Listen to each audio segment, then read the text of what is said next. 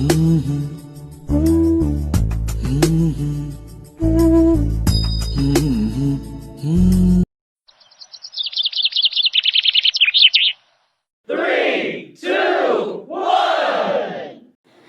Morning everyone, ಎಲ್ಲರಿಗೂ ಬೆಳಗಿನ ಶುಭೋದಯ.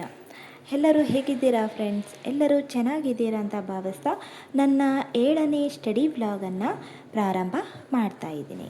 ಇವತ್ತು ಡೇ 7. ಬೆಳಿಗ್ಗೆ 7ರಿಂದ ಸಂಜೆ 7ರವರೆಗೆ ಗಮನ ಬೇರೆ ಕಡೆ ಹೋಗದಂತೆ ಓದುವ ಪ್ರಯತ್ನ ಮಾಡುತ್ತೇನೆ. ಇಂದಿನ ಗುರಿ ಸಂಪೂರ್ಣವಾಗುತ್ತದೆಯೇ? ಬನ್ನಿ ನೋಡೋಣ.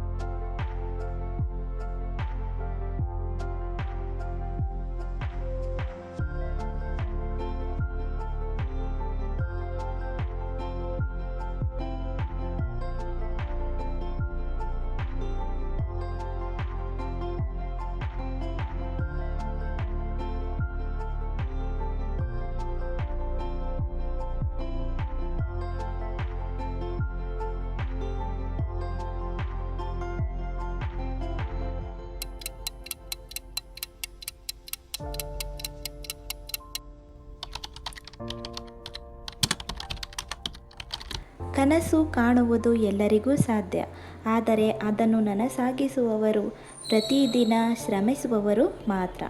ಬನ್ನಿ, ಡೇ 7 ಅನ್ನು ಸಂಪೂರ್ಣ ಶ್ರಮದಿಂದ ಆರಂಭಿಸೋಣ.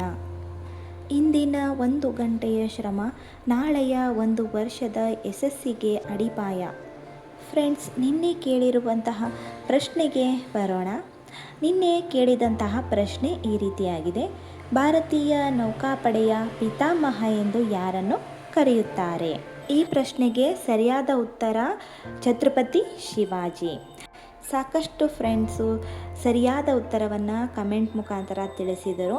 ಅದರಲ್ಲಿ ಫಸ್ಟ್ ಒನ್ ಯಾರಪ್ಪ ಅಂತಂದರೆ ದೀಕ್ಷಾ ಶಾನ್ಭಾಗ್, ಮತ್ತು second one Sania, third Basavaraj. ಇವರು 3 ಜನಗಳು ಫಸ್ಟ್ ಬೇಗನೆ ಕಮೆಂಟ್ ಮುಖಾಂತರ ಉತ್ತರವನ್ನು ತಿಳಿಸಿದ್ದಾರೆ. ಫ್ರೆಂಡ್ಸ್, ಇವತ್ತಿನ ಪ್ರಶ್ನೆ ಈ ರೀತಿಯಾಗಿದೆ: ಜನಸಂಖ್ಯಾ ಹೆಚ್ಚಳಕ್ಕೆ ಸರ್ಕಾರದಿಂದ ವಿನೂತನ ಯೋಜನೆ ಜಾರಿ ಮಾಡಿದ ಭಾರತದ ದೇಶದ ಮೊದಲ ರಾಜ್ಯ ಎಂದು ದಾಖಲೆಯನ್ನು ಸೃಷ್ಟಿಸಿದಂತಹ ರಾಜ್ಯ ಯಾವುದು? ಈ ಪ್ರಶ್ನೆಗೆ ಸರಿಯಾದ ಉತ್ತರವನ್ನು ಕಮೆಂಟ್ ಮುಖಾಂತರ ತಿಳಿಸಿ ಫ್ರೆಂಡ್ಸ್. ಮೊದಲು ಯಾರು ಈ ಪ್ರಶ್ನೆಗೆ ಉತ್ತರವನ್ನು ನೀಡ್ತಾರೆ ಅವರ ಹೆಸರನ್ನು ನನ್ನ ವ್ಲಾಗಲ್ಲಿ ಹೇಳುತ್ತೇನೆ.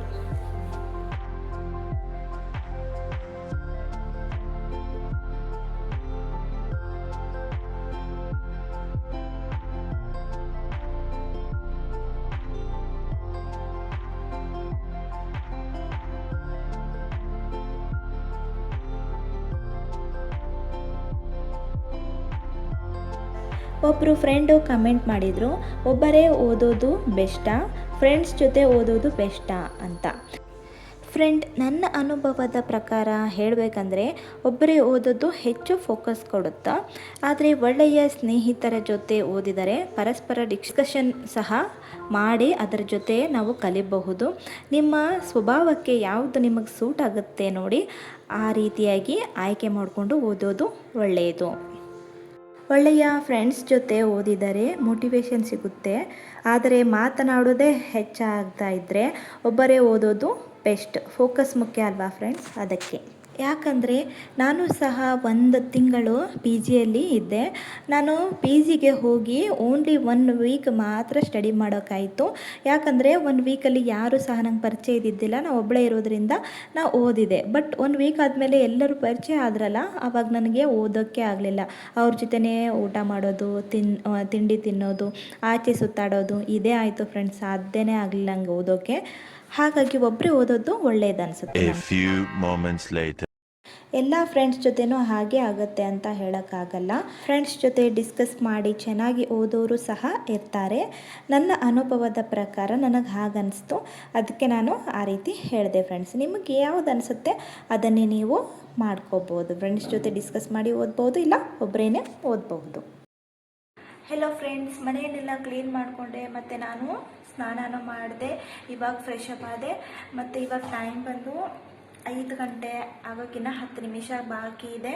ಇನ್ನು ನಾನು ಸ್ಟಡಿನ ಕಂಟಿನ್ಯೂ ಮಾಡಬೇಕು. ಇನ್ನು 2 ಸಬ್ಜೆಕ್ಟ್ ಬಾಕಿ ಇದೆ. ಯಾವಪ್ಪ ಅಂತಂದರೆ ಹಿಸ್ಟ್ರಿ ಮತ್ತು ಜಿಯೋಗ್ರಫಿ 2 ಸಬ್ಜೆಕ್ಟ್ನ 1 ಅವರ್ ಕಂಪ್ಲೀಟ್ ಆಗಿ ಓದ್ಕೋಬೇಕು. ಅದಾದಮೇಲೆ ಸೈನ್ಸ್ ಒಂದಿದೆ. ನೋಡೋಣ ಫ್ರೆಂಡ್ಸ್ ಏನಾಗುತ್ತೆ ಅಂತ. ಓಕೆ ಫ್ರೆಂಡ್ಸ್, ಮತ್ತೆ ಸ್ಟಡಿನ ಕಂಟಿನ್ಯೂ ಮಾಡೋಣ ಬನ್ನಿ. ಮತ್ತು ಒಬ್ಬರು ಫ್ರೆಂಡು ಕಮೆಂಟ್ ಮಾಡಿದರು, ನಿದ್ದೆ ಕಂಟ್ರೋಲ್ ಆಗ್ತಾ ಇಲ್ಲ, ಓದೋಕ್ಕೆ ಕುಂತ್ರೆ ನಿದ್ದೆ ಬರ್ತಾ ಇದೆ, ಮತ್ತು ಬೇಗ ಹೇಳ್ಬೇಕಂದ್ರೂ ಸಹ ನಿದ್ದೆ ಕಂಟ್ರೋಲು ಮಾಡ್ಕೊಳ್ಳೋಕ್ಕೆ ಆಗ್ತಾ ಇಲ್ಲ ಅಂತ ಕಮೆಂಟ್ ಮಾಡಿದರು. ಒಬ್ಬರು ಸಿಸ್ಟರು ಕಮೆಂಟ್ ಮಾಡಿದರು, ನಿದ್ದೆ ಕಂಟ್ರೋಲ್ ಮಾಡೋಕ್ಕೆ ಆಗ್ತಾ ಇಲ್ಲ, ಓದೋಕ್ಕೆ ಕುಂತ್ರೂ ಸಹ ನಿದ್ದೆ ಬರ್ತಾ ಇದೆ, ಮತ್ತು ಬೇಗ ಹೇಳೋಕ್ಕೂ ಸಹ ನಿದ್ದೆ ಕಂಟ್ರೋಲ್ ಆಗ್ತಾ ಇಲ್ಲ, ಟಿಪ್ಸ್ ಹೇಳಿ ಅಂತ ಹೇಳಿದರು. ಸಿಸ್ಟರ್, ಚಿಂತೆ ಮಾಡಬೇಡಿ, ರಾತ್ರಿ ಬೇಗ ಮಲಗಿ, ಮೊಬೈಲ್ ಕಡಿಮೆ ಬಳಸಿ, ಅಲಾರಾಮ್ ದೂರ ಇಡಿ, ಎದ್ದು ಹೋಗಿ ಆಫ್ ಮಾಡಬೇಕು ಅಷ್ಟು ದೂರ ಇಡಿ, ಎದ್ದ ತಕ್ಷಣ ನೀರು ಕುಡಿಯಿರಿ ಮತ್ತು 5 ನಿಮಿಷ ವ್ಯಾಯಾಮ ಮಾಡಿ. ನಿಧಾನವಾಗಿ ಅಭ್ಯಾಸ ಮಾಡಿದರೆ ಖಂಡಿತ ಬೆಳಿಗ್ಗೆ ಬೇಗ ಏಳಲು ಸಾಧ್ಯವಾಗುತ್ತದೆ. ಈ ವಿಷಯದ ಬಗ್ಗೆ ಒಂದು ಡೀಟೇಲ್ ವಿಡಿಯೋ ಕೂಡ ಬೇಗ ಬರುತ್ತದೆ. ಓಕೆನಾ ಫ್ರೆಂಡ್? ಓಕೆ ಫ್ರೆಂಡ್ಸ್, ಇವತ್ತಿನ ಟಾಸ್ಕು 7 to 7 ಚಾಲೆಂಜ್. ಮಾರ್ನಿಂಗ್ 7 ಗಂಟೆಯಿಂದ ಸಂಜೆ 7 ಗಂಟೆವರೆಗೂ ಅಭ್ಯಾಸ ಮಾಡೋದು. ಈ ಟಾಸ್ಕನ್ನು ನಾನು ಕಂಪ್ಲೀಟ್ ಮಾಡಿ ಆಯಿತು. ಮುಂದಿನ ವಿಡಿಯೋದಲ್ಲಿ ಹೊಸ ಚಾಲೆಂಜೊಂದಿಗೆ ನಿಮ್ಮ ಮುಂದೆ ಇರ್ತೇನೆ. Bye friends. ಅಲ್ಲಿವರೆಗೂ ವಿಡಿಯೋಗಳನ್ನು ನೋಡ್ತಾ ಇರಿ.